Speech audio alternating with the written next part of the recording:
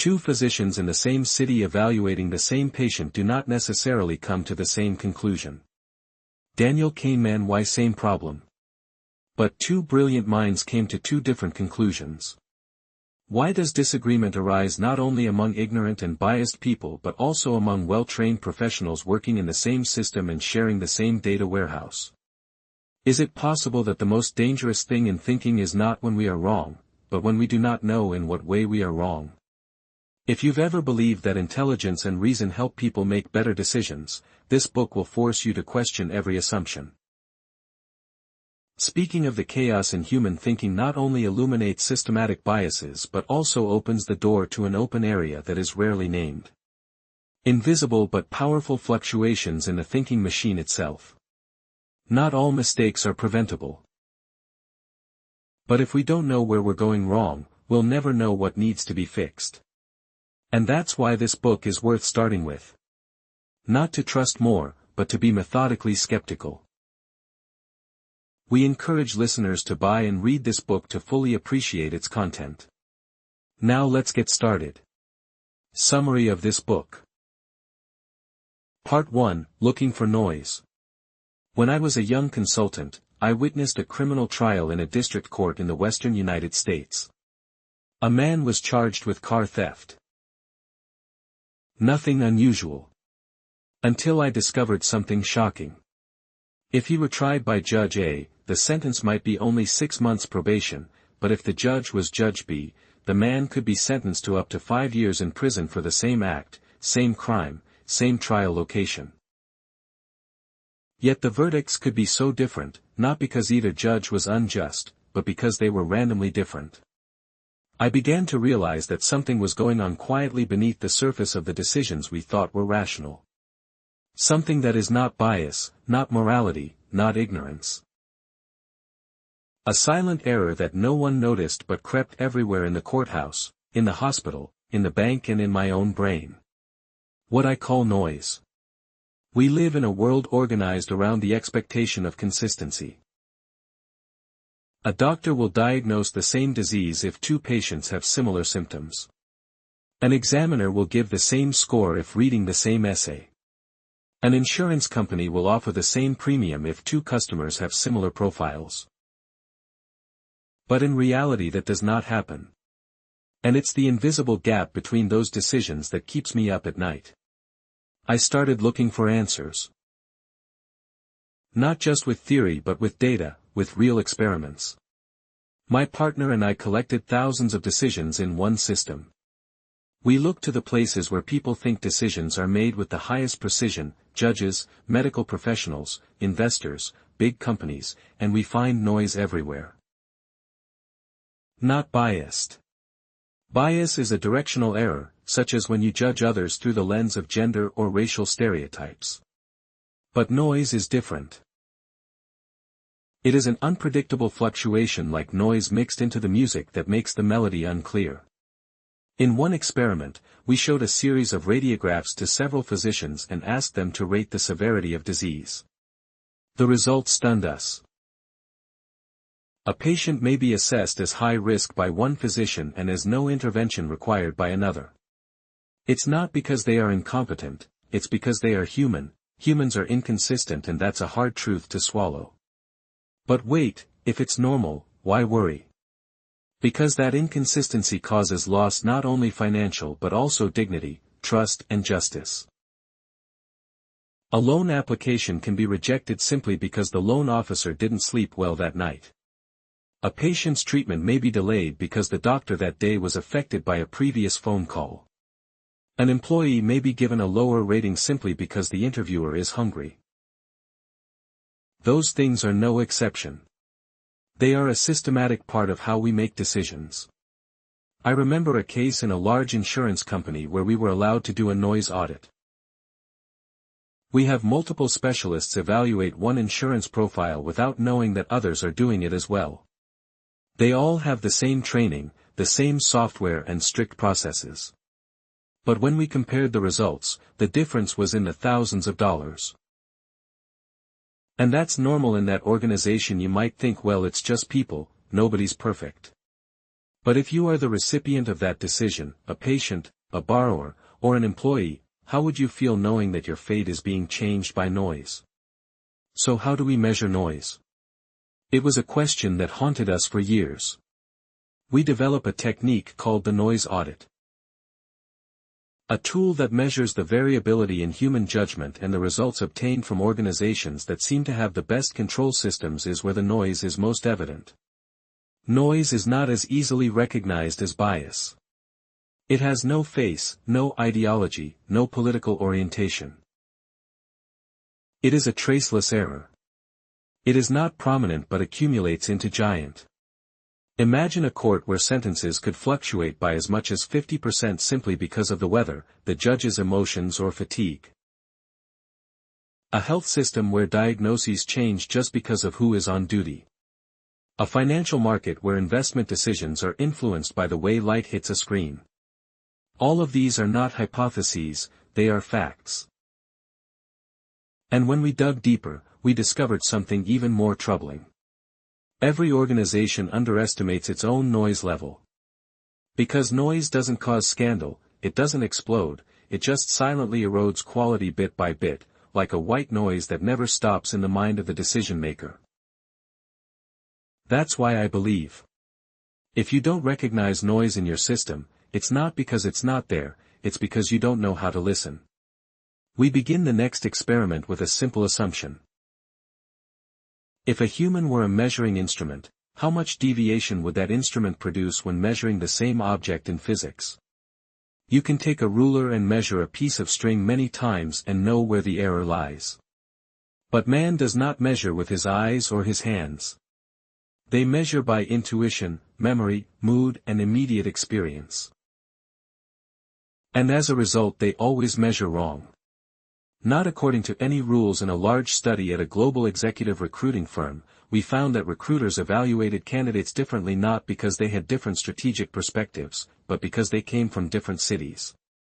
Someone from New York might find a candidate too soft while the same candidate would be seen as having leadership qualities by someone from Angeles. There is no standard, only noise. In the U.S. judicial system, there is a classic study of federal judges who, when presented with the same caseload, almost doubled their sentencing decisions. One of the influencing factors is lunchtime. When judges are hungry, their sentences are heavier, when they are full they are more lenient. We are not making things up, these are figures, these are facts, these are systems people operate in every day. And what makes me use myself is not that imperfection but the way the system is accepting it as normal. When we shared our research results, many people in the organization simply said, "Oh, that's human nature." But that is not true because we can do better. It's just that no one has pointed out that we need to do better. You see, if two analysts value a startup and their results differ by 30%, people might find it normal. But if two scales measure a bag of rice and differ by 30%, you would call one of them bad.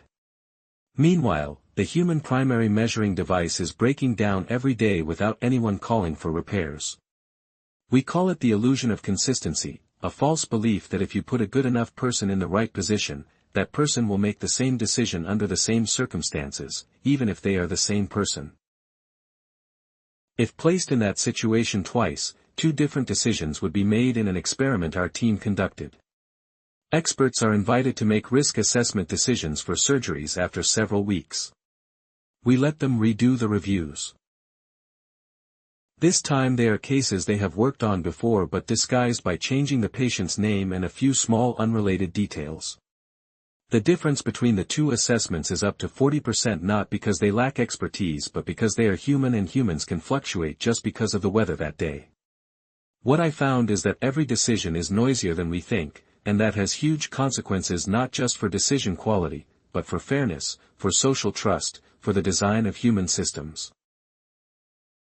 Imagine a child being denied admission to school just because the person reading his application was feeling sluggish from traffic. A startup founder was undervalued because the investor had just had an argument with his spouse. A prisoner received a longer prison sentence simply because his trial took place after recess. These things are happening and we call it normal. No, it's not normal. It is a systematic failure. Not because no one works hard, no one is ethical, no one is qualified, but because even the best, brightest, most dedicated people are not immune to noise and the system fails to detect it. What has bothered me most in my years of research is not the presence of noise but the absence of awareness of noise in any organization. There is no unit to measure it, no one to monitor it, no one to hold accountable if it increases. Meanwhile, the whole world is obsessed with knowing bias. As if that were the only cause of the discrepancy.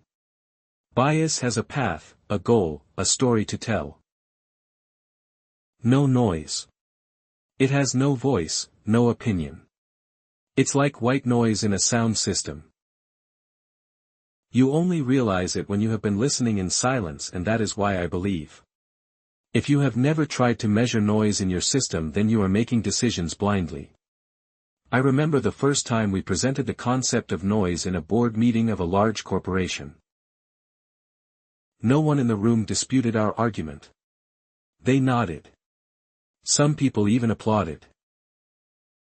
But then, as a defensive reflex, a board member who had once headed a human resources evaluation department asked, "But if noise is always present and cannot be completely eliminated, what's the point of paying attention to it?"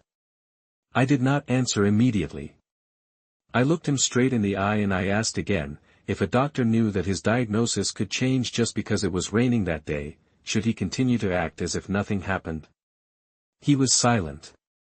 The question is not whether we can completely eliminate the noise. The question is, do we dare to look at it as a systemic error instead of accepting it as part of human nature? We realize that there is no profession, no system, no matter how well trained, that does not contain noise. In a study of stock underwriting, IPO pricing analysts, who are paid millions of dollars, had noise in their 3-month stock price forecasts that was roughly equivalent to random variation. Smart people, working in teams, using complex models, were just as noisy, and therein lies the paradox. The more specialized a person is, the more immune he feels to error. Like great musicians who don't realize they're playing out of tune when the stage is loud. Part of the reason is because we don't have a clear feedback mechanism. When a doctor is wrong, a patient doesn't come back. When an investor makes a bad prediction, the market keeps running. When a manager misjudges a candidate, the consequences are not immediate, and so we don't learn from the noise. Imagine you are an architect and every time you design wrong the building collapses, you will learn very quickly. But if the building tilts just a little or sinks after 10 years, you won't know you were wrong. That's the nature of noise. It hides in delay and silence. We started calling on organizations to do what we called noise assessment, a process in which multiple independent experts jointly assess a hypothetical situation and then the results are compared to measure the level of noise. Many people in the system initially objected because they were afraid of being found inconsistent, but when the results were announced, the scarier thing was that everyone was just as confused as everyone else. And that is the starting point for improvement. Once a system knows it is noisy, it will start designing processes to reduce noise, not by controlling humans but by building more transparent decision structures, more cross-checking steps, and sometimes by taking humans out of the loop. Are not. I do not support a world where every decision is made by algorithms. But I support a world where we are honest with ourselves. On the imperfection of human judgment. And the last thing I want to say in this section is this. If you are a decision maker, whether a doctor, manager, director, judge, or simply a parent, you should not just ask am I right, but ask am I the same person if I do this again tomorrow? If the answer is no, then it is noise. And if you realize that, you've taken the first, courageous step on your journey to making your decision world more accurate, fairer, and less noisy. Part 2, Your mind is a measuring instrument. There is a paradox that I have carried with me throughout my career. The human brain is an amazing machine, but it is extremely bad at repeating itself. We are trained to believe that judgment is the highest expression of intelligence. But no one taught us that intelligence, no matter how brilliant, can still produce uncertain errors like a compass placed near a magnet. In this section, I want to take you to the very core of the matter. Human thinking is not only biased, it fluctuates, it drifts, it deviates without following any rules and is more than biased. It is the noise in thinking that destroys systems silently and thoroughly. We often imagine thinking as a yardstick, a tool for measuring the world. But this ruler is not stiff, not straight, and most importantly, not stable. Today you find someone trustworthy. Tomorrow you see that person having something shady with the same situation, same facts, but the conclusion changes just because of you. Sleep poorly last night. Imagine you are a senior manager tasked with evaluating a potential investment project, data, reports, financial analysis. Everything is ready, but in the back of your mind you are thinking about the previous meeting, where you are criticized. Your mood is not good. You don't realize how it affects your decisions. But you suddenly doubt the optimistic numbers in the report. You start to look at assumptions. You ask for additional rounds of testing, and ultimately you delay the decision, which sounds reasonable. But if your mood was different that day, you signed off. That's interference. We conducted a series of experiments to demonstrate the extent of noise in thinking. And the first thing that surprised me was how common it became. In one test, we presented volunteers with the same situation and asked them to rate the risk of the outcome. The discrepancy between judgments did not decrease with intelligence or education, but even increased among people who felt highly confident in their judgmental abilities. They think they are better than others, and so they are more annoying without knowing why this happens. Because in each person's head there is no common measure. Each person has their own frame of reference, their own cognitive filter, their own emotional frequency. And this makes reviews the ultimate personalized product. That is, they cannot be exactly repeated, even by the person who created them. When you grade a paper, you are not only evaluating the content, you are also influenced by the previous paper. The article you read later, the space you're sitting in, the coffee mug, the room lighting, and even the vague thought of someone else writing something similar that you think you're being objective about. But you are actually a collection of noise that you cannot measure, and that is the tragedy of expert thinking. Many organizations believe they can overcome noise by training employees to make standardized judgments. But training doesn't actually remove noise, it just makes it more consistent. Instead of everyone skewing differently, now everyone skews in the same direction, and we think there is a professional consensus, but that is an illusion. One experiment I did was called the gatekeeper of knowledge. We let a team of experts assess the risk level of complex business situations. Then we change only one element. The first person to present. If the first person gives a high rating, the whole group tends to increase the risk level. If the first person speaks low, the whole group drops down, just one person. One voice is enough to disrupt the whole system. And you wouldn't know that unless you measured it. You won't find yourself off, if there's no copy of yourself to compare. One question that has haunted me for a long time is, if I make an important decision such as choosing an investment, choosing a staff, or making a judgment, how much of that decision comes from data and how much comes from a mood, intuition, or temporary emotion that no one knows, no one measures, no one is forced to measure. And in that very blind spot, the noise resonated like a mysterious melody. That both the player and the listener believe they are enjoying the correct note. I used to think that to improve a decision-making system, it was enough to just add data and set up a logical decision-making process. But then I realized something, that the deeper I went, the colder I felt, the more data there was, the more people trusted their intuition rather than reason. We call it the illusion of understanding. When you are exposed to too much information, you don't realize that your brain starts to connect unrelated points into a story. And from that story, you generate a belief not from facts but from the narrative structure in your head. This happens at every level. From an employee evaluating a candidate's capabilities to an executive looking at the bottom line. They don't make decisions based on data, but on how that data creates a sense of order. One of our most shocking findings came from the insurance industry, where it seems like everything is quantified by formulas. In a blind experiment, we gave insurance professionals the same customer profile, the same set of risk data, not a single number different. Yet when they come up with the premiums, the spread is over 50%. You read that right, same risk. But the suggested fees from two professionals can be worlds apart. Why?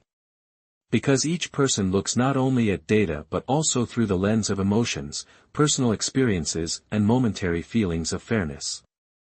We call it the cognitive frame of reference.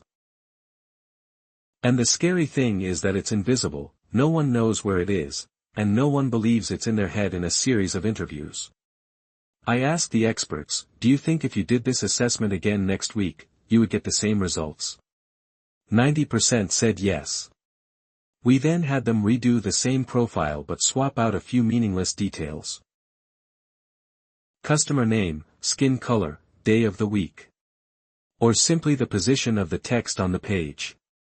The results only kept 30% of the original judgment. I had to stop and ask myself, if human thinking can change just because of one person's name, can we still call it logical thinking?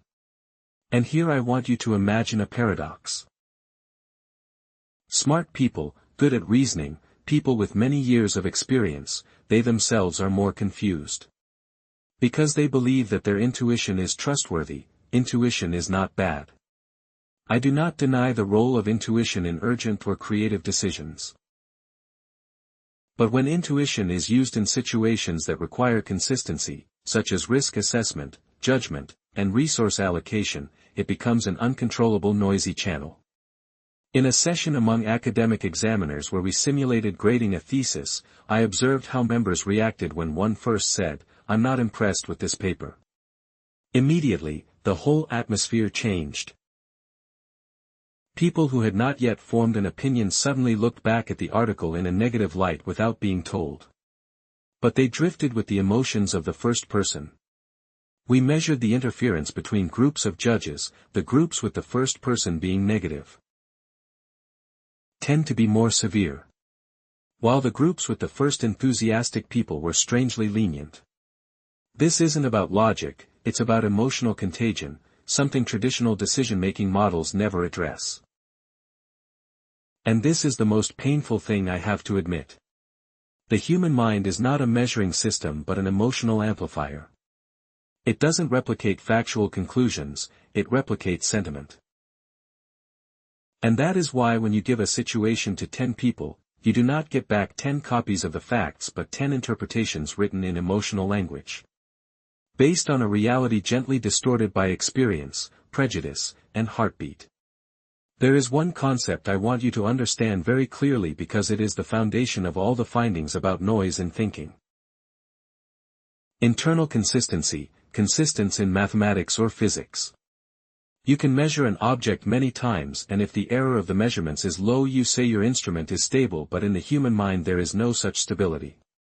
We are not just wrong, we are wrong in different ways at different times and still think we are right.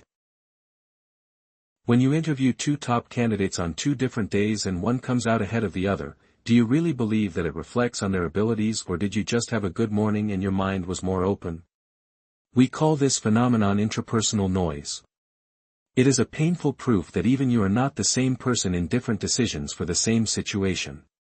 One of our research team's classic tests is to have financial analysts redo their market forecasts after a few weeks. Don't tell them that these are the same situations they've handled before, just change a few unimportant details. A new company name, a different image, a slightly different format, and the result is that the difference in forecasts between 2 times by the same person is often greater than the difference from one person to another. In other words, you are less consistent than others. This made me realize a harsh truth. Confidence is not correlated with accuracy but with a sense of control. When you feel you have the situation under control, you think you are right. But the truth may be the opposite. You are just swimming in still water, not realizing that there is a vortex at the bottom. I once talked to a famous cardiologist who was someone the patient trusted completely.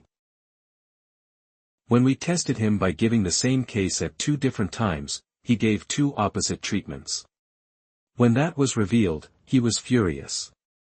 After a moment of silence, he said, "Maybe I was too hasty the first time or too careful the second time, but you didn't say, I was wrong." Because we're not trained to admit we're inconsistent. We're trained to admit mistakes, not noise. And this is why noise is more dangerous than bias. Bias can be identified and corrected, but noise is invisible and slippery. You can label a behavior as sexist or culturally biased, but you can't label a slight shift in intuition. There's no word for it, so it's ignored. The world today is full of tools to analyze data, measure trends, predict the future. But there's one thing that almost no one measures: the degree of variability in the decision-maker's own thinking. That's why I always recommend that organizations conduct periodic noise assessments, not to judge who's right or wrong, but to create an internal mirror. When you know that you yourself can be different if you had known yesterday, you would start designing your decision-making system around not just knowledge but also noise control. You would start using multiple independent raters instead of relying on a single expert. You would record the reasons for your decisions instead of just the results. You would use standardized evaluation forms instead of letting each person work out his or her own experience. This is not about hardening the system. This is about courageously confronting the erratic nature of human thinking. If you find yourself changing your mind one day, don't blame your emotions. Ask yourself if the noise is speaking for you. And if you dare to listen to that small, vague, indistinct, nameless voice, you may have begun to walk the path of an imperfect decision-maker who is aware of that imperfection and sometimes nothing more. That's a big step forward in this noisy world. Third, noise for predictive judgments. If you want to see the noise in human thinking clearly like a crack in granite, look at JM's predictive judgments. Because their people don't just look at reality, they have to imagine the future. And it's in that jump between present and future that noise reigns. We once designed a series of experiments with senior managers, asking them to evaluate the likelihood of success of acquisitions with the same set of information, the same set of financial indicators. But the results of the assessments from different experts were divergent, terrifying. Some rated it very positive, others rated it high risk and should be avoided. We're not talking about emotions, but about trained people with degrees from top schools and working in the same company, the same culture. If the consistency isn't there, where is it? The problem is, when predicting the future, people rarely think they're imagining, they think they're analyzing.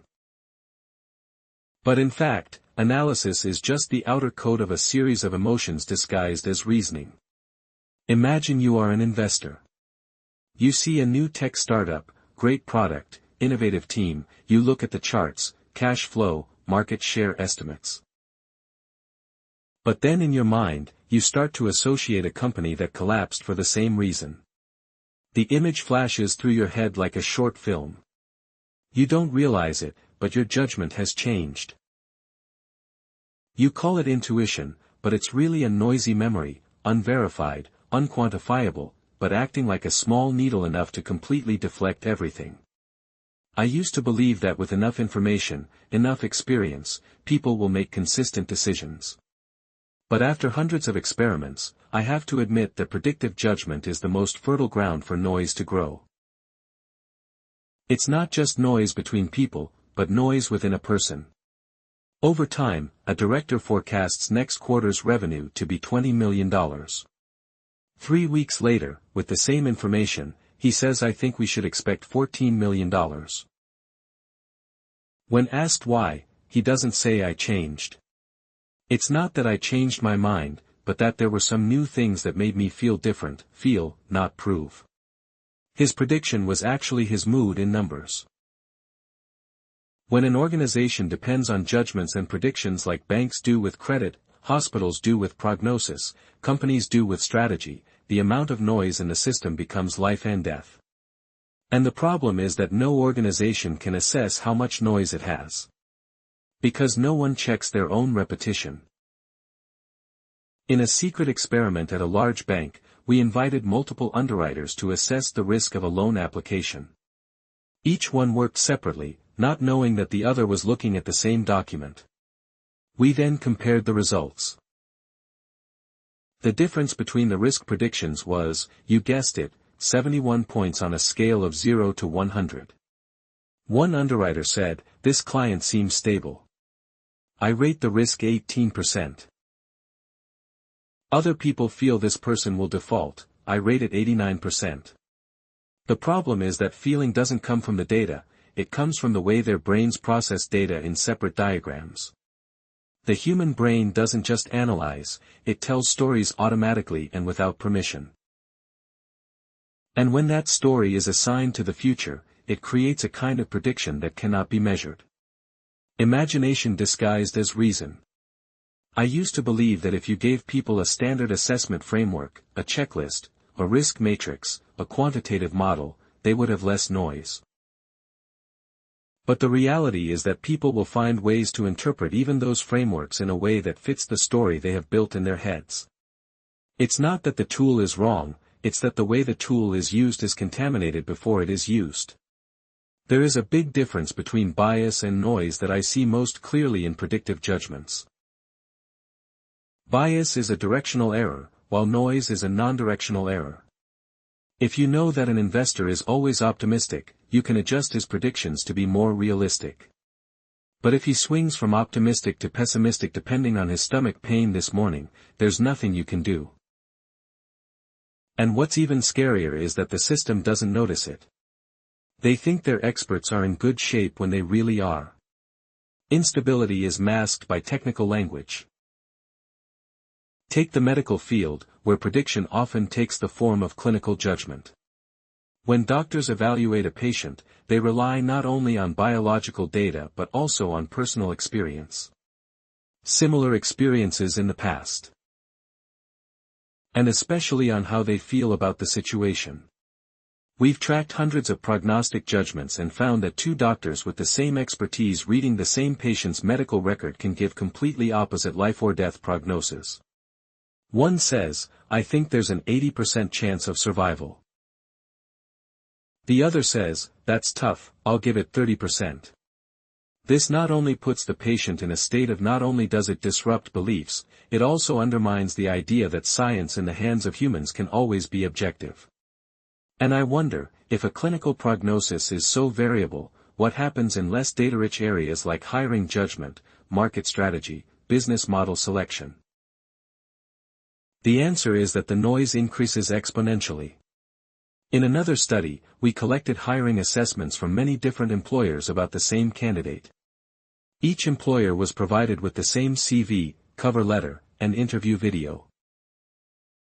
The results showed that one person thought the candidate had leadership qualities, another thought the candidate was inflexible, would be difficult to integrate, and there was no objective reality in their eyes. Each person was creating a portrait of the candidate in their mind and calling it an assessment. If this only happened once, you might consider it an exception.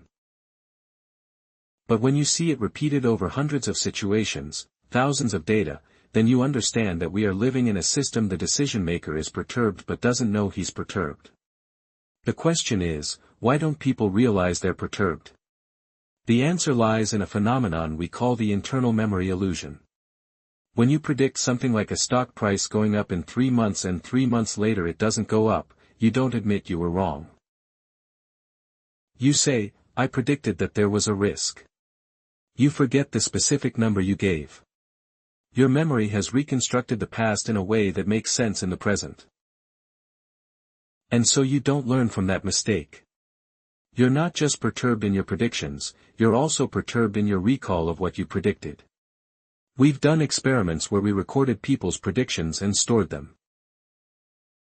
Then we played them back a few months later, and nearly all of them were surprised to hear themselves say it. They said, "I don't think I said that," but they said it themselves in perturbed things. The danger isn't in being wrong, it's in not knowing how I was wrong. No one records all their predictions, no one keeps a record of each assessment. And so people continue to make decisions, thinking they are improving while circling around in the fog of their own creation. And that fog thickens as the organization begins to believe we have the best people. Yes, they may be good, but they are just as annoying as anyone else. I used to work with a well-known investment group where every strategic forecast was vetted by a senior advisory board. They call it the risk control wall. But when we asked them to do a simple test, asking 5 members to predict the likelihood of a deal going well, the results showed a variation of nearly 60%. And they never thought of this. They believe that when the whole group agrees, they are right. But it's actually just a noise-induced consensus where people have unconsciously adjusted their perceptions so as not to deviate from the majority. When noise hides in consensus, it becomes even harder to detect bias. There is a paradox that has always haunted me when observing how people make predictions. We often do not accept uncertainty but act as if we can predict the future, and that spreads the noise.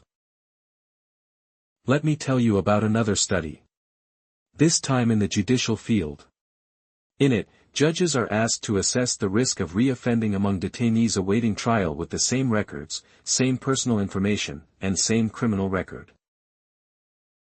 But when I looked at the recidivism prediction results, the degree of variation among judges left me breathless. Some judges think he should be released immediately. Some people hold back because of concerns and serious risks. I'm not saying they don't have experience. I say that experience in predictive judgment is not immune to noise, and even amplifies it. Why? Because experience is not stored in the human mind like computer data. It is stored in stories, impressions, feelings accumulated from hundreds of situations. Unrecorded, unedited. And when you're faced with a new situation, you don't call up a table of numbers, you call up a series of seemingly familiar feelings and call it intuition, but the feeling cannot be verified. And so, noise was born as a bastard child of memory and confidence. You may think you are reasoning, but you are telling a story. You think you're analyzing, but you're actually filtering data to fit your unconscious preconceived conclusions. And that's why predictions not only differ from person to person, but are inconsistent even within the same person. Try doing something simple. Write down 10 predictions you've made in the past year about anything.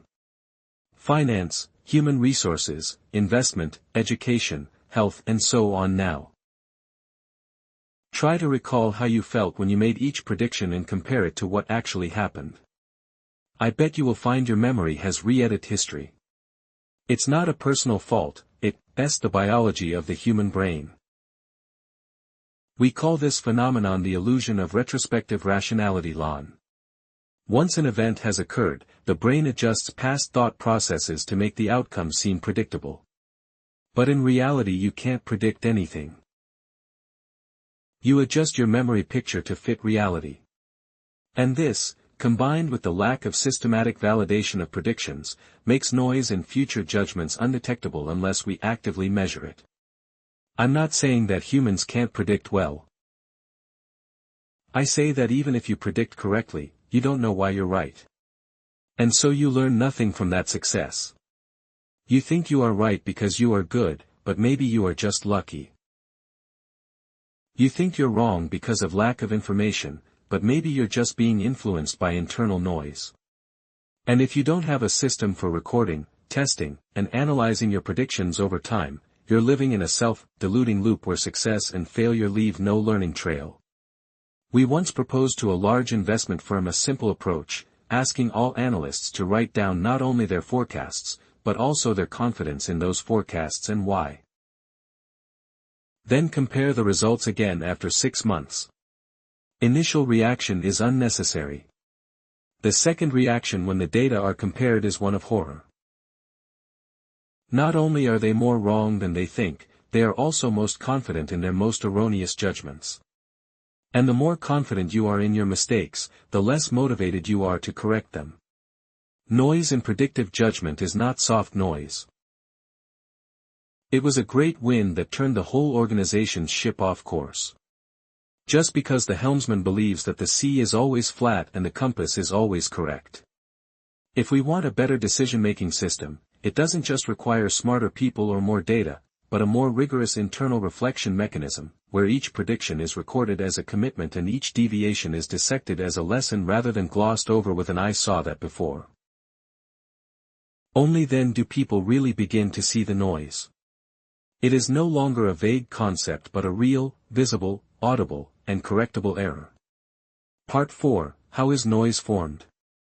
I used to think that noise was just a random occurrence like dust falling into a system that was running smoothly, but the deeper I dig into the nature of human judgment, the more I realize something that is not easy to accept. Noise is not an accident but a mechanism. It does not happen outside the system.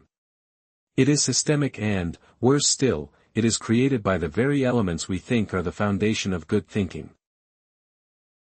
We begin part 4 with a question. What makes human judgment in the same context fluctuate so much? Why is it that when given the same problem with the same data, experts return answers as if they live in different worlds?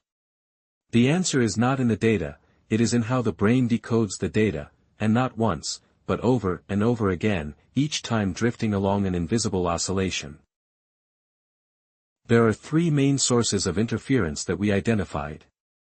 Level noise, model noise and context noise. And all 3 are hidden under the guise of professional thinking that makes even the best of them not realize they are deviating. First, noise level interference. This is the type of bias that occurs when different people use the same scale but rate it at completely different levels. For example, in a recruiting firm, one person might give an average candidate score of 7, while another might give a maximum of 5. Although the criteria and scale are the same, the evaluator's scope is different. And the problem is no one says it. Each person carries in their head a personal standard that they believe to be objective. But they are actually using 2 different units of measurement without anyone knowing. We once did an experiment in an insurance company where analysts were asked to price the same risk and no one was completely wrong. But when comparing results, some people consistently rate higher than average, while others consistently rate lower. It's not because they are ignorant or biased, but because they define the word risk on completely different scales. Second, pattern noise model noise. This is the type of noise that occurs when each person has a different interpretation of the same information. For example, one considers credit history as a major factor. Others emphasize current occupation on the same resume, but they read it differently. Imagine you give a piece of instrumental music to 5 musicians, tell them to write a piano accompaniment, each will write a different melody because they hear different things in the same line of notes. This is also true of judgments. People don't respond to facts, they respond to the story they think the facts are telling. And the thing is, no one is completely wrong. But when an organization needs a consistent decision, diversity in reading creates noise. A mess that seems creative. Third, contextual noise.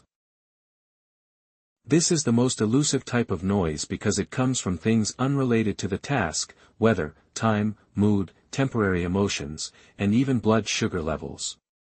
We experimented by changing small factors like room lighting, background noise, time of day, and the results showed that the ratings varied significantly for the same person, same profile. But if they are hungry, they will be more strict. If they have just had a pleasant experience, they will be more generous. This makes me use my judgment. What is touted as the pinnacle of intelligence is manipulated by rudimentary factors like noise and blood sugar. You can't imagine how many serious decisions are made when the decision maker is tired, angry, or distracted. And no one in the organization knows it. No one took notes. This review was written when person A had just had an argument with his lover. And so, contextual noise creeps in, uninvited and unseen. Having analyzed the 3 sources of noise, the level, the pattern, and the context, I began to understand that noise is not something that can be removed by rationality or moral appeals. It is a natural consequence of thinking unchecked by feedback. People believe that if they make mistakes, they will learn from them.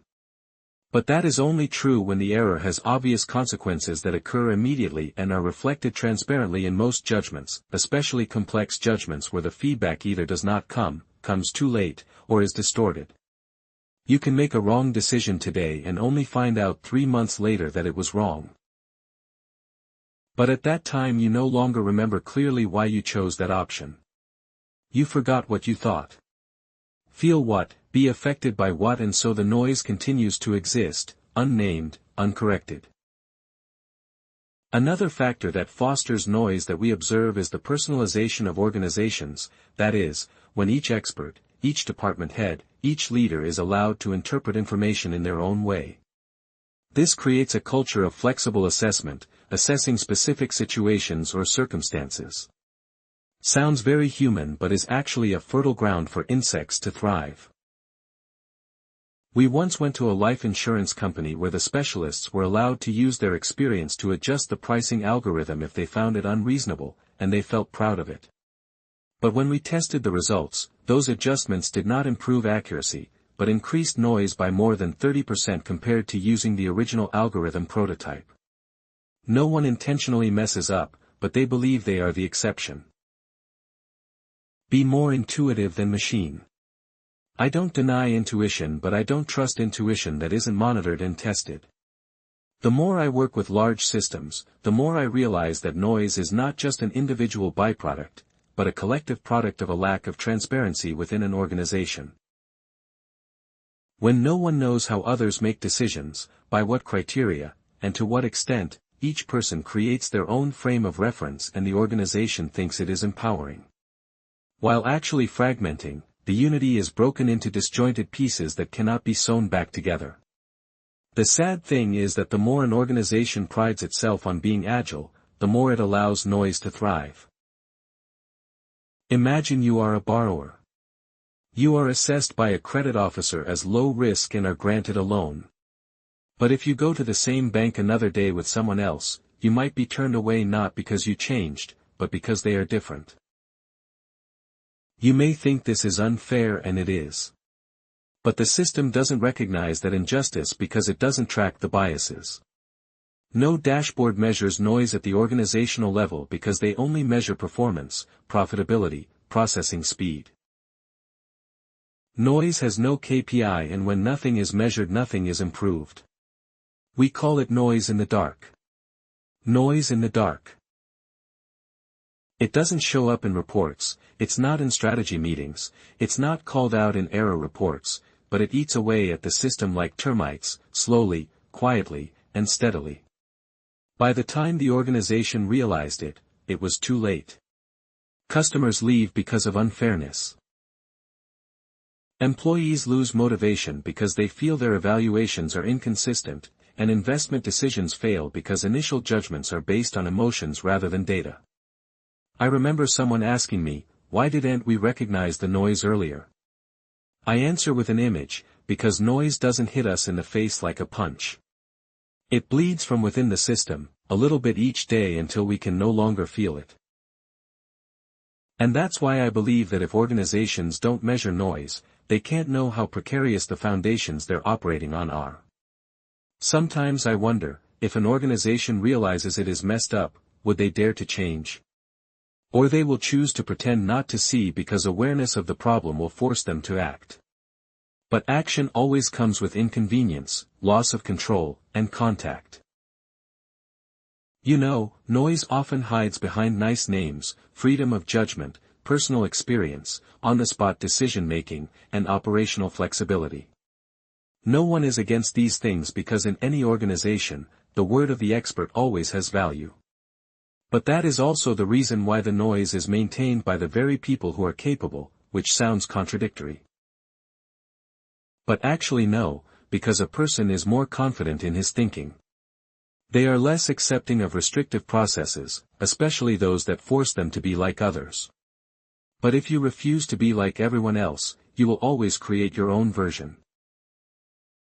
And that is the root of pattern noise. The question is it possible to respect individual judgment while reducing noise in the organization? The answer is yes, but it doesn't happen naturally. It requires redesigning how organizations approach judgment. We have proposed a model called the Kahneman process. Instead of asking the expert to give a final judgment like a black box, the system guides the person through each separate assessment step, analyzing the factors, assigning weights, evaluating each part, and then synthesizing. This doesn't kill intuition, it just separates it from more important and momentary emotions. It helps organizations compare why, not just what. A typical example is the recruitment process. Instead of letting employers interview and then give emotional scores, organizations can ask them to rate each skill on a standard scale: communication, analysis, adaptation, leadership, with clear definitions for each score. The total score is then calculated automatically. When we applied this model in practice, we found that the level of consistency between interviewers nearly doubled. Not because they became more similar, but because they started making decisions based on the same map. But if you let each person drive without a compass, it's not surprising that they end up in different destinations. It's inevitable. Another point we emphasize is that organizations should consider noise measurement as part of quality auditing, no different than financial auditing. You check the books because you know that cash flow can be lost. So why not test your decisions when each wrong decision can cause more long-term damage than any bookkeeping error? Unfortunately, most organizations do not have a system for recording judgments. No one records the initial assessment, confidence, or rationale for the decision, and so no one learns anything. We propose recording the state of mind at the moment of judgment, not for monitoring but for future comparison. That's the only way to know if you're consistent. And more than that, it's a way to separate music from noise. I end this section with a paradox that I consider key. It is the systems that believe they are trusting humans that are often the worst sources of noise. Because they don't test people, they don't give people feedback, they let people decide and call it trust. But in fact, trust is not ignoring but enlightening. Only when you dare to shine a light on the dark areas and how judgment is made do you truly empower. Otherwise, you're just fostering a system that is there. Noise is called by a very beautiful name. Freedom of thought. Part 5, Improving Judgment. We have spent the first 4 parts of the book exposing the disturbance in human thinking, from its origin, manifestation to its consequences. But what haunts me most is not the existence of noise, but a simple yet painful question. What can we do to reduce noise? It is not a theoretical question, it is a question of ethics, of organizational capacity, of one's responsibility when one knows that each of one's judgments can cause real loss, financial, emotional, even life-threatening. And I must confess that when I started my research journey into noise, I was pessimistic. I used to think noise was inevitable, a consequence of complexity, of life, of humans. But then gradually, small pieces of evidence pulled me out of that darkness. We realized that noise could be made to fade, not by feeling, but by structure. And the first step on that journey is to break the false belief that I have better judgment because I have intuition. This is a common illusion in professional organizations. Long-time experts believe they have a nose, an eye for people, and real-life combat experience. Something that quantitative models or computers can never replace. They see intuition as a secret weapon. But the reality is that the data shows that intuition is only good in environments with frequent, accurate, and noise-free feedback. But in most complex situations like hiring, investing, and risk assessment, intuition is no better than chance. That's why we started working on something called model forecasting. Best prediction. The idea is simple. Instead of asking the expert what he thinks, ask them to build a rating model, list the relevant factors, assign weights, and let the system calculate the total score. No one forbids them from participating in model design. But once the pattern is formed, they must be followed, and the results in most areas are the same. The evaluation model is more consistent than humans, less noisy, and often More precisely, a typical example comes from the field of recruitment. A large financial firm once had a very human interview process. Candidates who go through open chat rounds are scored on overall impression. They believe that this approach helps in comprehensive assessment. But when we applied a scoring system based on structure, skills, experience, work style with specific scores and a combined formula, the results showed that the rate of hiring the right person increased significantly, and the level of consensus between interviewers also increased. This does not take away from the humanity of the decision. It just puts the emotions back in their place. The reference element is not the deciding factor. We call this method decision hygiene, a play on words intended. If bacteria are invisible but cause disease, so is noise. And if we can't see the noise, at least we can wash our hands regularly. So what is the principle of a judgmental hygiene system? First, independence in assessment. When several people make a judgment, they must do so without being influenced by each other, without looking at other people's scores, and without prior discussion. Because once the first person speaks up, the rest will start to adjust unconsciously. Second, the process architecture is not evaluated holistically from the outset. Break the decision down into specific elements, evaluate each part, and then synthesize. This reduces pattern noise, which is the difference due to each person reading the data in their own way. Third, separate data. Avoid exposing the evaluator to too much information at once, especially information that is not directly relevant to the task. For example, when evaluating a candidate's abilities, seeing a photo, name, or email address can create contextual noise, so present information piecemeal in a structured and purposeful order. It sounds complicated, but it's really no more difficult than washing your hands. It's just that we don't have the habit yet. When we first introduced the concept of decision hygiene, many people confused it with cleaning up mistakes. But in reality, it's a completely different way of thinking, not fixing errors after they are discovered but designing the process from the beginning so that errors are unlikely to occur. Just like hand washing in healthcare, you don't know where the germs are, but you do know that if you wash your hands properly, the chance of infection is greatly reduced. The same goes for decisions. You don't need to be sure what's going on in your head. Just follow a clean enough process and the noise will be reduced. And if I had to pick one core principle for all mental hygiene, would choose detachment. Separate the parts of the assessment, separate the person making the judgment. Separate each step in the decision-making process. We call it separation to understand.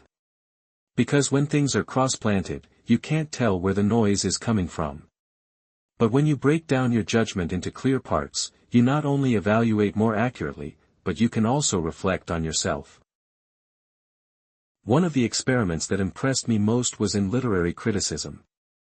We gave the same passage to 5 experts. But each person was asked to rate different factors. Some people just look at the syntax, some look at the idea, some look at the style.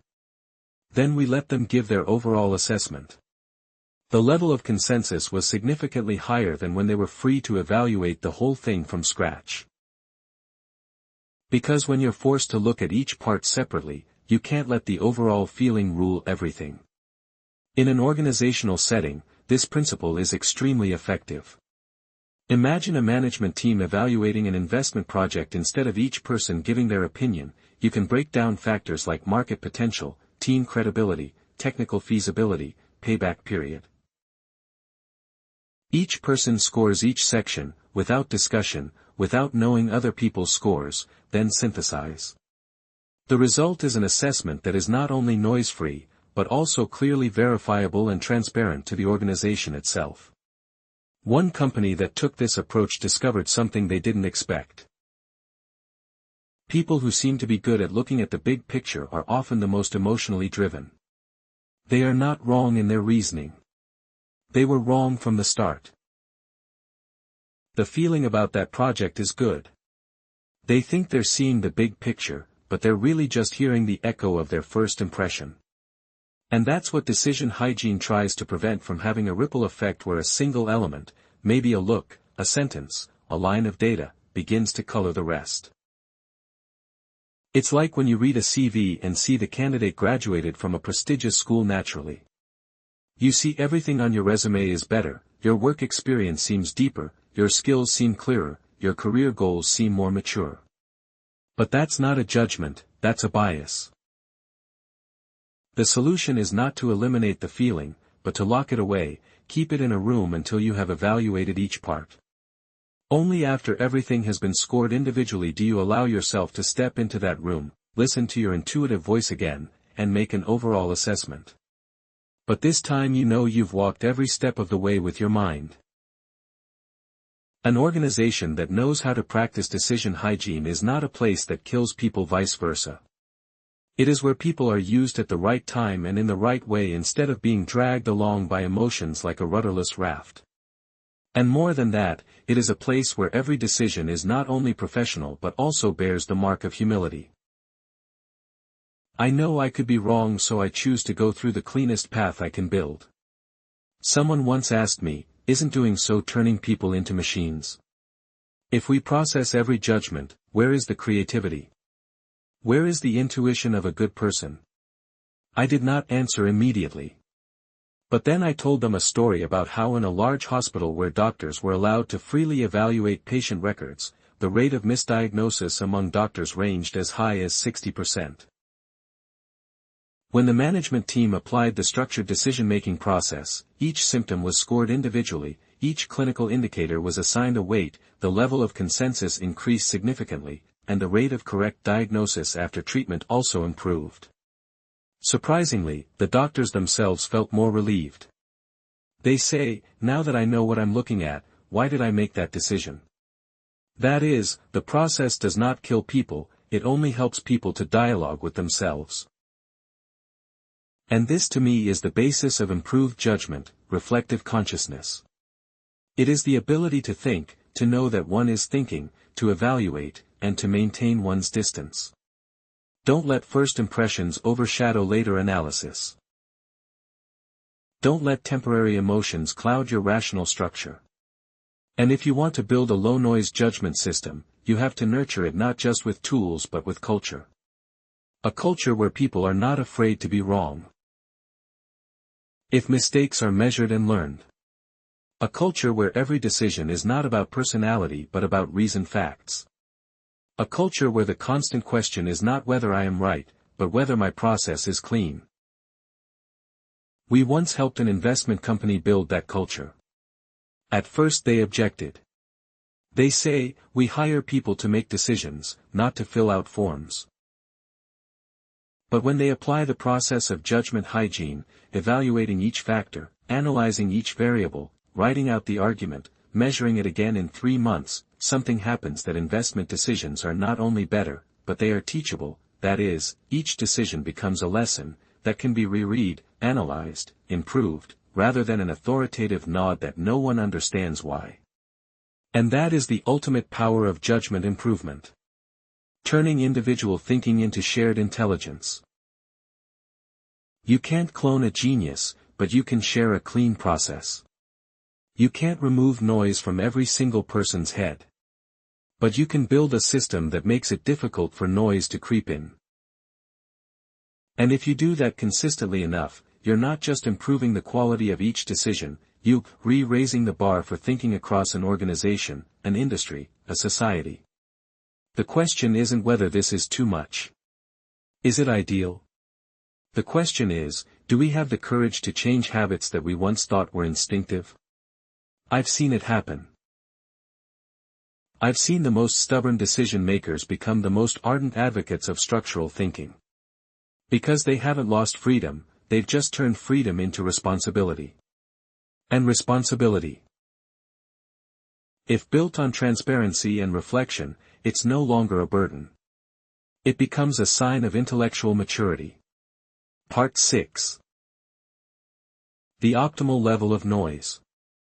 When we present our findings on noise to organizations, businesses, hospitals, courts, schools, the first response is almost always that we need to reduce the noise as much as possible. It sounds like a good question.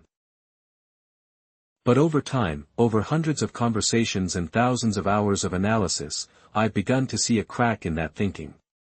Because if we remove all noise, we're moving toward a completely homogeneous system, a system with no fluctuations, no differences, no individuality. Human. And therein lies a great paradox that emerges when, as humans, we seek not only accuracy but also empathy, humanity, flexibility.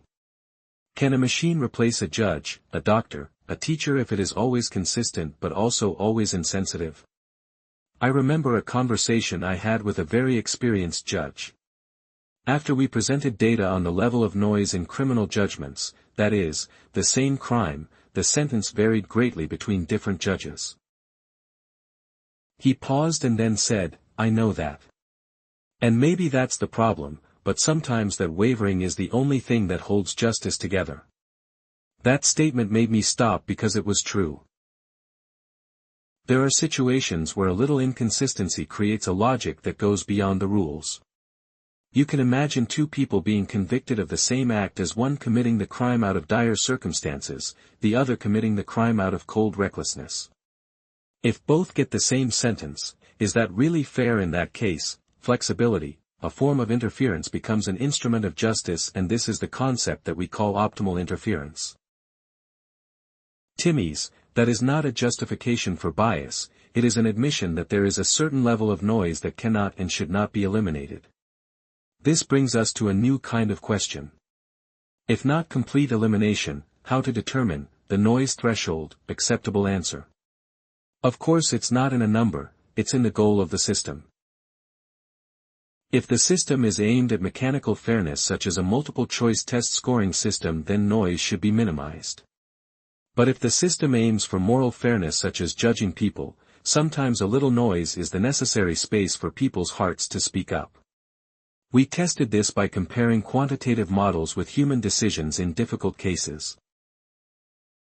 For example, predicting survival for critically ill patients, the model is very good. It's based on hundreds of thousands of cases, it gives a probability.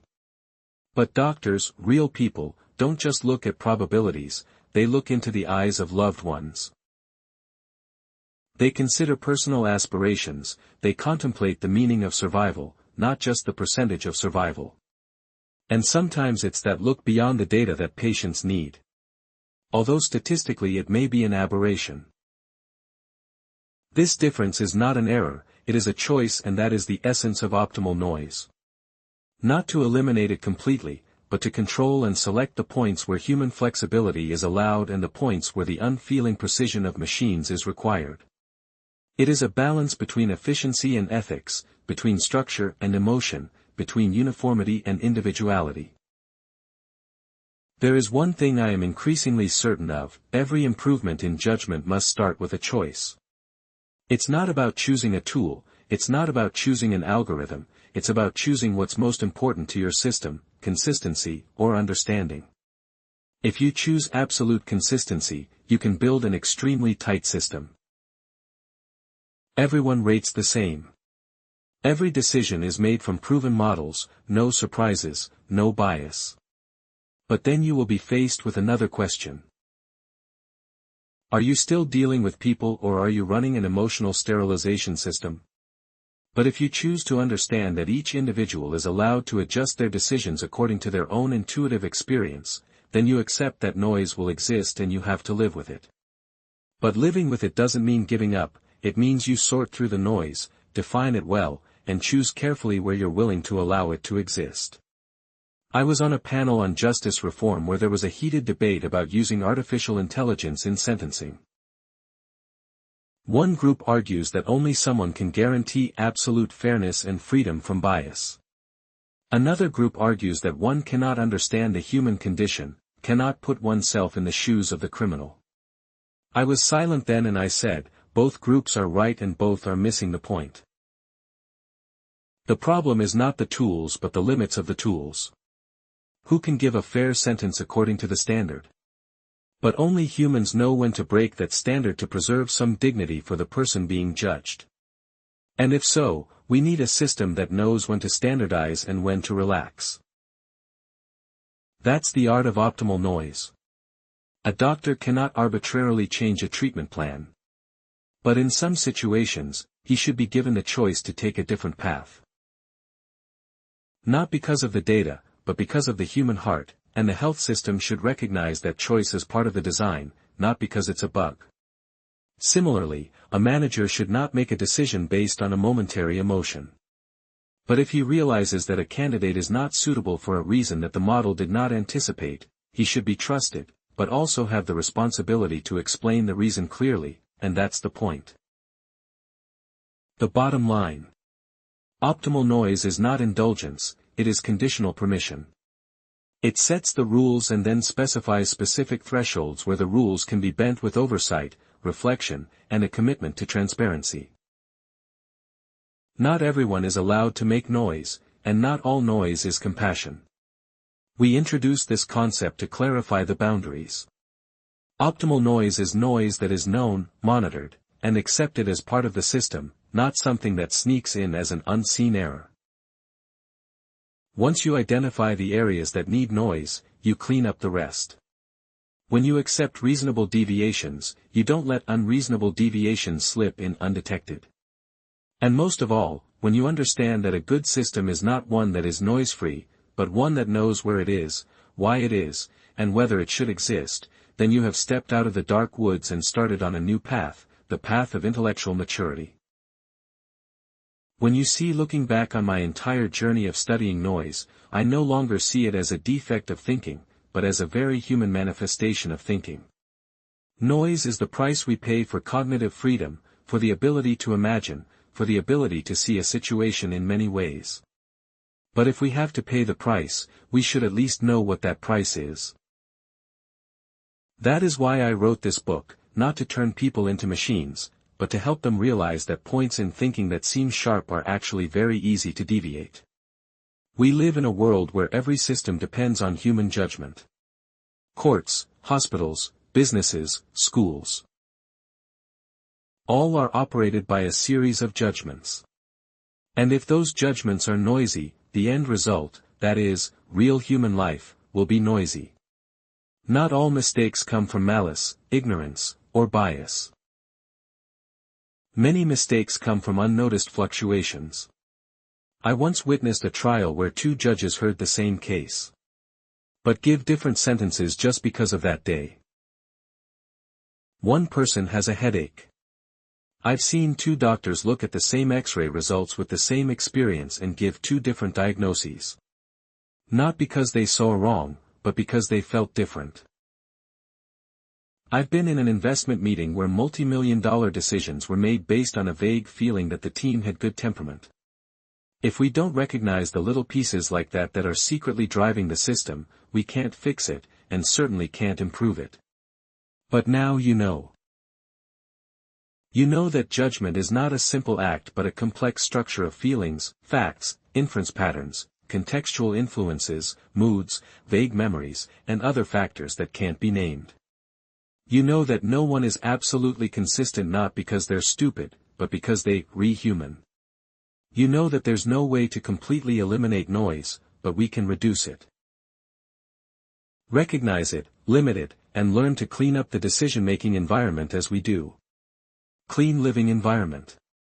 No one requires you to be absolutely right. But now that you have read this far, you have a new obligation, not to be unconsciously wrong. If you have to decide, write down what you are thinking. If you have to evaluate, separate each factor. If you have to predict, try to imagine how many ways you can be wrong. And if you work in an organization, don't just look at the result. Look at the thinking process that produced that result. Because in the end, the question is no longer whether I am right, but whether I have tried my best to think cleanly. Thank you for accompanying me on this journey of discovering noise, the disturbance in human thinking. If you have listened to this point, I believe that you are not just reading a book but are looking back at the way you think, not to affirm but to resolve. We often think that mistakes lie in not having enough information, not having enough experience, or not being smart enough. But perhaps the most dangerous thing is when we believe that we are thinking clearly. When in fact, it is our moods, circumstances, fragmented memories, and unconscious beliefs that are silently pulling the direction of our decisions. Daniel Kahneman and his co-authors have given us not just a mirror, but a map.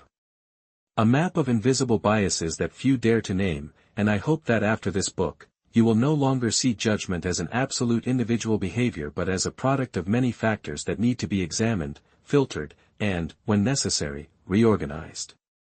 If you find value in this book, please share your thoughts, not to agree or disagree, but to expand a conversation that should have started a long time ago. How to think correctly when thinking itself is so full of variables. I also hope you will leave a review, a feeling, or even just a line of thought that you are left with after listening. Because sometimes the candid lines from the reader are the cleanest feedback for the storyteller. And if you have a book, if there is something different, difficult to read, or too thick that you have always wanted to understand, let me know. Maybe we will go down another labyrinth of thought together, but this time you will not go alone. For now, goodbye and